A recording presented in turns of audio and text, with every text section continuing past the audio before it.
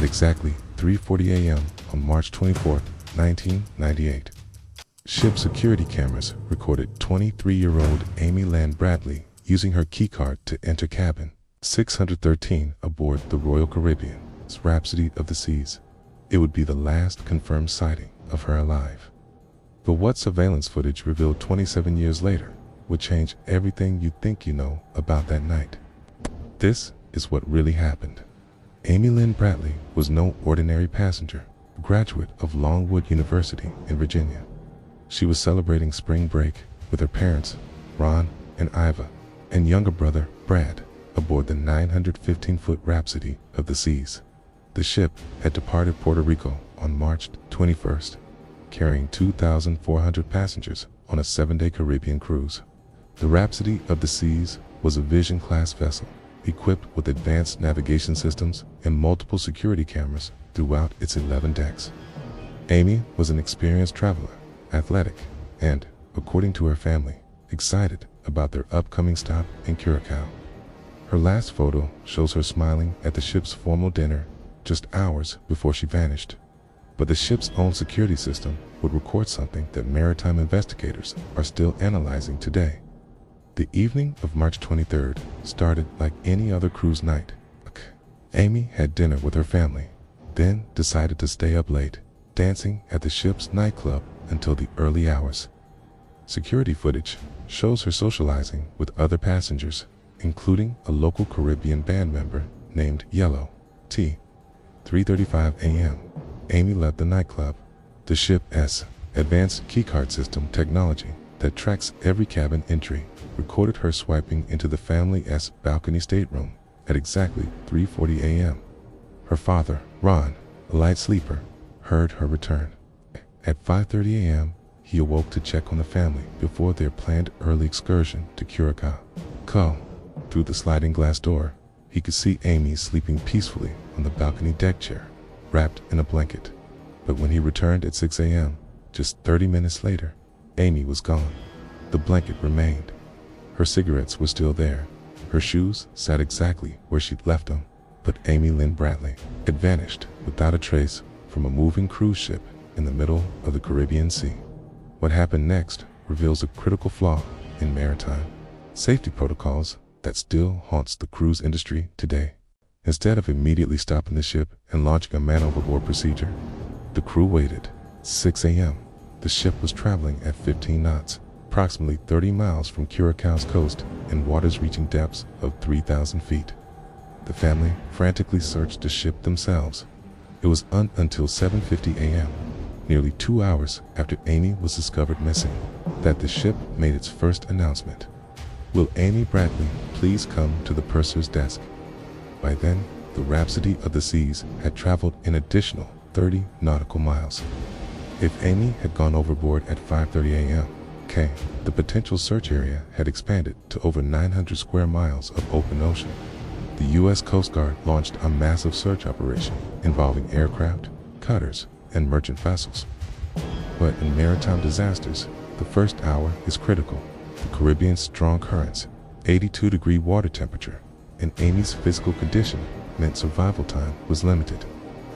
Yet no body was ever found. No life jacket was missing. No disturbance on the balcony.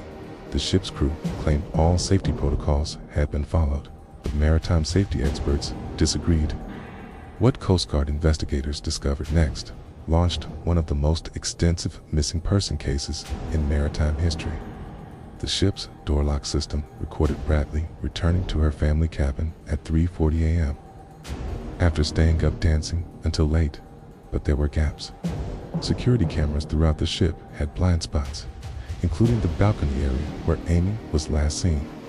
Maritime security expert Captain Lee Rosbach later testified that the Rhapsody of the Seas had inadequate camera coverage for a vessel of its size. Critical areas, including balconies, stairwells, and crowley sections, had no surveillance, he stated in court documents. The FBI joined the investigation when witness reports surfaced of possible sightings in Curacao and Barbados. New true crime documentary examines Amy Bradley's disappearance from a Royal Caribbean cruise to 27 years ago in her family's search amid claims she was trafficked. Multiple witnesses reported seeing a woman matching Amy's description at various Caribbean locations, often appearing distressed and accompanied by men.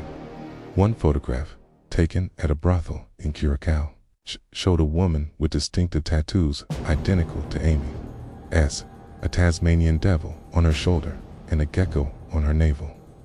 But here's where the case takes its most shocking turn. In 2024, the 3-part documentary series on Netflix covers 1998 disappearance of Amy Lynn Bradley while on board a cruise ship to the Caribbean, and features interviews with Bradley's family and investigators who reflect on the as-yet unsolved case. The documentary revealed never-before-seen passenger video footage from that final night. A fellow passenger's camcorder, stored in an attic for 27 years, captured Amy's last known movements in the ship's nightclub. Haunting footage shows final moments of a woman who went missing from cruise ship 27 years ago, and what it reveals is disturbing. The video shows Amy appearing uncomfortable, repeatedly looking over her shoulder and seemingly trying to distance herself from certain individuals. But the most chilling discovery came from audio enhancement technology unavailable in 1998, when investigators amplified the background sound. They could hear Amy saying, "I need to get back to my room," suggesting she felt unsafe. Today, it's been nearly 30 years since Amy Bradley suddenly disappeared while on a cruise with her family. But they haven't stopped looking for answers. The FBI maintains an active investigation with a $25,000 reward for information leading to her recovery. Her family's search amid claims she was trafficked continues, supported by new maritime safety protocols implemented after Amy's disappearance. Every major cruise line now mandates comprehensive camera coverage and immediate man overboard procedures. But here's the question that still haunts maritime investigators. If Amy didn't fall overboard, and if those witness sightings were accurate, could she still be alive somewhere in the Caribbean after 27 years? The answer may lie in the depths of the Caribbean Sea, or in the shadows of islands where tourists never venture. Amy Bradley's case remains one of the most compelling, unsolved maritime mysteries of our time. What do you think happened to Amy Bradley? Could enhanced security footage reveal the truth? Let me know in the comments below, and don't forget to subscribe for more maritime mysteries that will keep you awake at night.